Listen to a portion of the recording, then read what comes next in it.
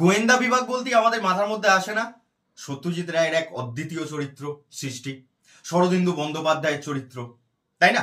ওনাদের লেখার মধ্যে থেকেই কিন্তু আমরা গোয়েন্দাদেরকে খুঁজে পাই। আচ্ছা, তোমাদের মধ্যে কি এমন কেউ আছো যারা গোয়েন্দা বিভাগে চাকরি করতে চাইছো? দেখো তো, IB security assistant already exam কিন্তু অ্যানাউন্সড হয়ে গেছে, ঠিক আছে? আমি তোমাদের বলবো সেফ স্কোর কতটা তোমরা যাতে এই চাকরিটা পাও।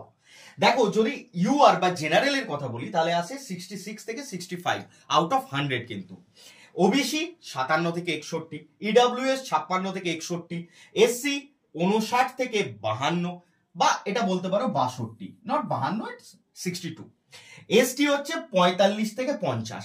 ধরে রাখো প্লাস মাইনাস 2 অর 3 যা তোমাদের স্কোর দেওয়া হয়েছে, এখানে যা লেখা আছে। আর এই যে অ্যানালিসিস, এটা করা হয়েছে কোথা থেকে? এটা করা হয়েছে তোমাদের প্রিভিয়াস ইয়ার কোশ্চেন্স থেকে। ভ্যাকেন্সি 4987টা। সবাই প্রস্তুত তো? সেই যে গোয়েন্দা পড়ে আসছি ছোটবেলা থেকে বা টিভির পর্দায় দেখে আসছি, সেই চাকরি কিন্তু তোমাদেরকেও পেতে হবে। চলো, আবার দেখা হবে তোমাদের সাথে লাইভ ক্লাসে।